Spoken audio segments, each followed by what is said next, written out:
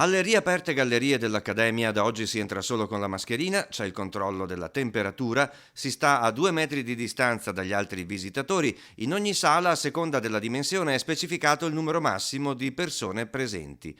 Non tutti i mali vengono per nuocere, queste misure fanno diventare la visita alle gallerie quasi un momento privato, in diretto rapporto con la pittura veneta. Questa è la casa della scuola pittorica veneta, una delle più ricche e longeve scuole pittoriche italiane, quindi abbiamo tutto. Qui c'è la casa di Giovanni Bellini, di Carpaccio, di Giorgione, di Sebastiano del Piombo, Tiziano, Veronese, Tintoretto, insomma c'è tutto. Ci sono anche altri artisti, siamo l'unica collezione italiana ad avere Hieronymus Bosch, abbiamo un Memling, abbiamo Piero della Francesca, sono tutte opere che vengono alla collezione veneziane. Una opportunità per godersi con calma Bellini, Veronese, Tintoretto, Giorgione, Cima da Conegliano, Tiziano, ma anche Bosch, Piero della Francesca.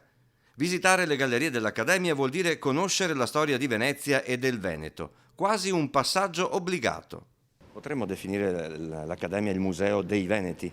Assolutamente, certamente, è un museo strettamente legato al territorio, un territorio in senso ampio, non solo della città di Venezia ma anche dell'entroterra, perché la gran parte del patrimonio viene appunto da sedi ecclesiastiche o sedi politiche del potere politico di Venezia e del Veneto. Ultimo arrivo nelle gallerie, che sono aperte dal martedì alla domenica, la Palla di Sant'Anna del 1541 di Jacopo da Ponte detto Bassano. Lavoro degli inizi della sua carriera, va a completare la raccolta delle opere pittoriche venete del Cinquecento.